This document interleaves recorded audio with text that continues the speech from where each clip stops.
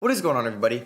How is everybody doing today? Welcome here today to, I guess, my slept on lottery reactions from yesterday. So I do this pretty much every year. I'll give my initial thoughts, my initial live reaction over on the main channel, which you guys saw last night. I'm also uploading my first post-lottery mock draft right now to the main channel, so make sure you check that out. But here I just kind of, on the second channel, I'll do like a laid back, give my thoughts and analysis to each pick, what I think that can happen as time goes along, which each team, who I think they should take or who I think they should go with, and go a little bit more in depth to a couple options that could be there for them. So yeah, if you guys do enjoy these videos, feel free to drop a thumbs up. I will be reacting to ESPN's, I believe, first mock draft, and I'll post lottery, and I'll probably react to like Bleacher Reports as well. And if there's any other ones you want me to react to, please let me know down below. So yeah, I'm gonna go through pretty much what happened. On the left, you pretty much just have ESPN's top prospects, and I'll just go through who I like to maybe some certain of these teams in the lottery. So we can start off with the team that won the lottery. The Magic jumped from, I believe, 2 to 1, and they are the lucky team this year. They could select anybody in this draft. Unlike the last few years, I mean, I guess last year there was a clear like cut number one when you win the lottery. It was Cade Cunningham. In 2020, it wasn't that well known. It was between 3 guys, and then it ended up really being between 2 on draft night. It was between, at the start, Anthony Edwards, James Wiseman, and LaMelo Ball. Then it just turned into Ball and Edwards, who the Timberwolves could take, but they deal at the time, so it was kind of weird. 2019, there was a clear cut in Zion Williamson. 2018, there was always a clear cut in DeAndre Ayton. In hindsight, yeah, it should have been Luka Doncic, but hindsight is 2020. 2017, it was pretty much Fultz. That was always kind of like everybody thinks he's going to go 1. 2016, it was pretty much always Ben Simmons, and 2015, it was always Cat. So I would say, and like 2014, Wiggins as well, like there's usually a clear cut number 1 after the lottery happens. I would say 2020, there was a little bit of variety or parity there. But yeah, I think there's a lot more parity this year that we don't really know the number 1 overall pick, even though it's probably and most likely going to be Chet Holmgren, and I think it should be. He's my number 1 guy in this class. I think the Magic 100% should take him. Slot him in there in the front court next to Carter Jr. They could play either position, the 4 or the 5, however they want to go about it. But yeah, I think the Magic should really take Chet Holmgren with the number 1 overall pick. You can look at other power forwards or other big men that are there in the top 3, like a Jabari Smith or Banchero, but Holmgren's upside is just so much higher than those other 2 players, in my opinion. They're going to both be great players. I think they both should be top 3 picks, but I'm not a huge fan of Banchero as much, but I really like, I do like Banchero, but not as much as I like Chad, and same with Jabari. So yeah, Magic number 1. Thunder, they jumped from, I believe, 4 to 2, so they were like low-key huge winners here too. They could have dropped from like 4 to 6 or out of the top 5, or at least the top 4 like the Pistons did. So the Thunder now have their pick of the litter besides Chet Holmgren. So they can take Jabari Smith, they could take Banchero, and I love Jabari Smith to them there at 2. I think they need front court guys because you have Shea, you have Giddy, you have Trey Mann, you have Dort, like these 2s and 3s as well as some point guards. You got Pokusevski, Darius Baisley, Jamire Robinson Earl. You need some more talent in that front court, and you can get that with either Jabari Smith or Paolo Banchero. If Smith or Banchero goes 1, then oh my God, you take Chet Holmgren you don't even waste time when you're on the clock. But yeah, Jabari Smith I think would be a great addition to that team. And then the Rockets at 3, they dropped from 1 to 3. Been mentioning this. That's what happened to the Knicks in 2019. But yeah, you're going to pretty much, I think, end up with one of these bigs that don't go 1 or 2. So say it goes Chet 1, Jabari 2, you end up with Banchero 3, which I don't think you can go wrong with that. You probably envision a Şengün Banchero front court for the future. Don't know how that's going to work out defensively. And then does this make Christian Wood potentially being traded? But if they don't want to move Wood and they like Şengün, I wouldn't be surprised if they take Jaden Ivey or Shaedon Sharpe and they envision somehow running a backcourt with Green and Sharpe, or Green and Ivey, probably Green and Ivey, because Wall, I don't even know what's going on with him. KPJ isn't the long-term answer. Schroeder's gone. You go with Ivy if you don't want to take Banchero there. Kings at 4, I mean, you just traded Halliburton for Sabonis, but hey, if you like Ivy just as much as you liked Halliburton, or if you like Sharpe as much as you liked Halliburton, this is really good for them.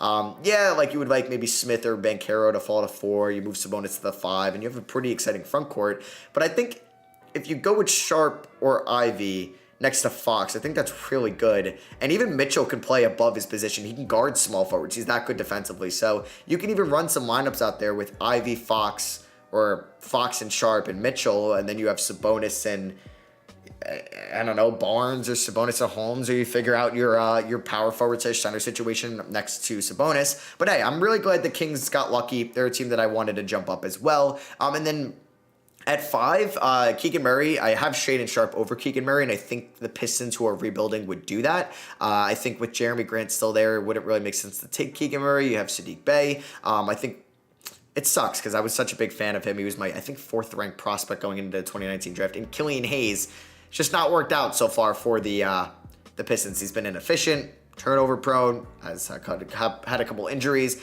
So far, he missed a lot of his rookie season. I think you just respond and you take Shaedon Sharpe or Jaden Ivey, who's ever there at 5, and you put them next to Caden. Boom, there's your backcourt for the future. Sadiq Bey, good complementary piece. Jeremy Grant as well. And then Isaiah Stewart is still solid there at the 5. Next up, you have the Pacers at 6. I think if the top 5 is the 3 bigs and then Ivy or Sharpe or vice versa, this is where it gets interesting. I think the Pacers are not a team that really needs Keegan Murray. I think they need somebody with higher upside for their future. And maybe they're going to be a team that goes out and trades Chris Duarte and Miles Turner for DeAndre Ayton or something like that. But and I think if you were going to do something like that, hey, you would have a great foundation with AJ Griffin there at 6. And you can have Halliburton, Griffin, and Ayton. Maybe you're able to move Malcolm Brogdon. I mean, the Pelicans got the 8th pick. Would they give up Aiden Graham for Brogdon? I don't know. I mean, I don't think they would, but that's probably a lot for Brogdon in a pretty good draft. But either way, like a pretty good top 10 draft. But yeah, I think the Pacers should go with somebody with a little bit more upside in like an AJ Griffin or a Jalen Duren or a Johnny Davis or even a Dyson Daniels if they think Dyson Daniels could work next to Tyrese Halliburton for the future. He's going to get a lot of Josh Giddey pre-draft type because they're kind of similar with their size and I feel like their play styles. And then next up, we have the Blazers at 7.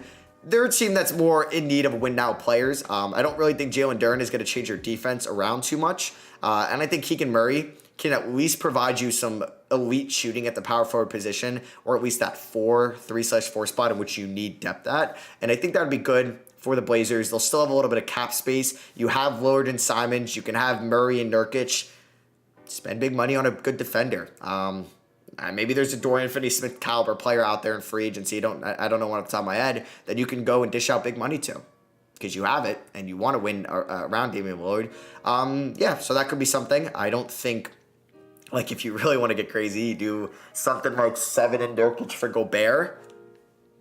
I don't know if Gobert is getting traded, but as he should. But yeah, I feel like the Pelicans, they're in a more of a win now state, and I think that could be Johnny Davis or Keegan Murray for them, or Benedict Mathurin if they really like him at 7. 8, the Pelicans, I wouldn't mind them with a Johnny Davis as well, get a backup shooting guard behind McCollum. I mean, they also need an upgrade over Devontae Graham, and this is where Dyson Daniels can kind of slide in. I think Dyson Daniels will most likely be, I mean, if you count Ivy as a point guard, then he'll be the second point guard off the board. I think he will 100% go before Ty and Kennedy Chandler. So I think Dyson Daniels could be, to the Pelicans here, compete with Kyra Lewis and Alvarado and Graham next year. And then that can make Graham expendable down the line, or if anybody even wants to trade for him. But then you could also go Benedict Mathurin or Johnny Davis, who's ever on the board, to really give you some depth there at the wing positions behind Brandon Ingram and CJ McCollum. But you also have Trey Murphy as well. And then lastly, you could also look at Jalen Duren for them if they want. If they're not going to pay Jackson Hayes, because he will be a free agent,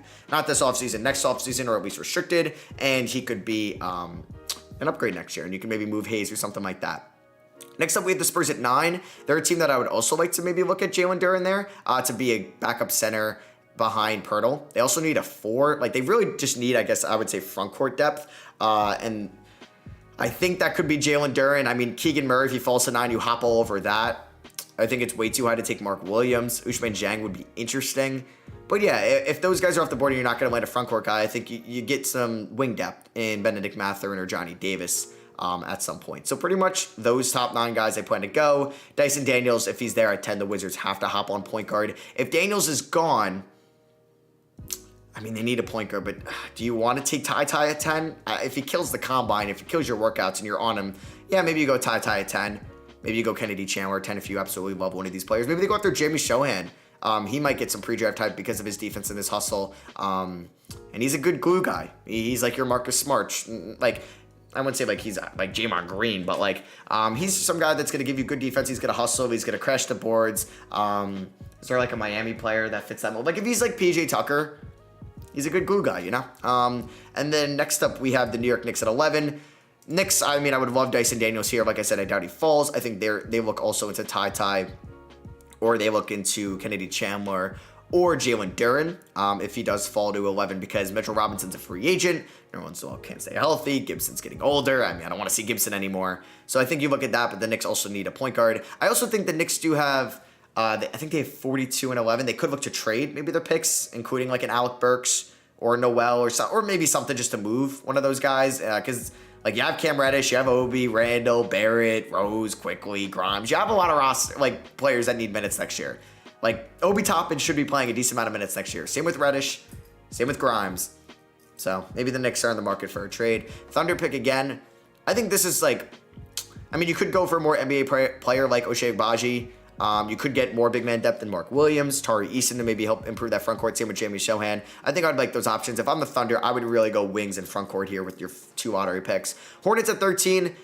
I think if the one of Washington or Chandler is there, you need a backup point guard behind LaMelo. I mean, if Duren is there, you take him. Mark Williams is there. I think you definitely consider that. But yeah, I think you go backup point guard or center with their picks. And then lastly, you have the Cavs. They're at 14. I think you need somebody that's going to help you next year. Tari Eason, Jimmy Sohan, or Ochai Agbaji, I think should be one of the picks for them there at 14. So yeah, that's pretty much just kind of my lottery reaction, sitting a day on it. My mock draft, I think, is probably already up on my main channel. So I hope you guys enjoyed that. I hope you enjoyed this video. Like I said, I'll react to probably ESPN's post-lottery mock tomorrow. Drop a like if you did enjoy. Follow my Twitter in the description. I'll be giving a bunch of just draft tweets and stuff about that leading up to the draft and stuff like that. So yeah, thank you for watching. I love you guys. I'll catch you on the next one. Peace.